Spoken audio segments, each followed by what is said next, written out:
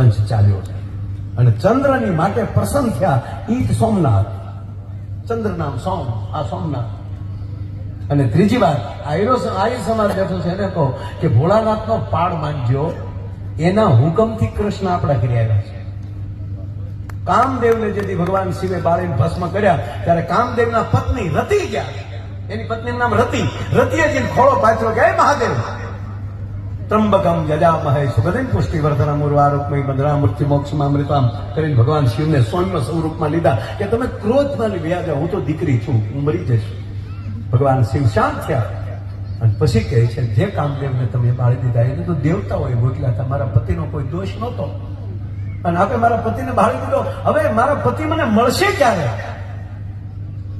અને સાહેબ કૈલાસમાં ખોપરા ઉપર બેઠેલા સીધો યદુવંશ યાદ આવ્યો ભગવાન ભોળિયાનાથ કે જા રતિ, હું તને વચન આપું છું કે જબ યદુવંશ કૃષ્ણ અવતારા, કૃષ્ણ તનય પતિ હોય તારા.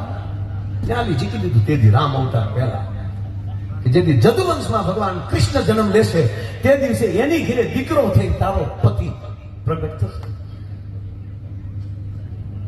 એટલે જ યશોદાના દ્વારે ભગવાન શિવ આવ્યા છે. મેં વચન આપ્યું હતું પહોંચી ગયો ટાઈમે આયા તેરે દ્વાર મૈયા, આયા તેરે દ્વાર કનૈયા કા દીદાર કરને આયા તેરે દ્વાર. અને ભગત બાપુ તો એમ કે આ દાઢી આવો બાવો ક્યાંથી આવ્યો? માતાજી કહે છે બીએ મારો લાલો, આ દાઢિયાળો ભાવો ક્યાંથી આવ્યો? કઈ વાતો કરવા બેની તો મરી જાય એટલી વાત નીકળે અંદર. સાહેબ લેરું થોડ્યું મુજ ઘટમાં ગણેર્યું પણ અટલી તકમાં પહોંચ્યું તો દૂજી ઉપડ્યું પણ વાત મારા ડોક્ટરને પૂરી કરવી.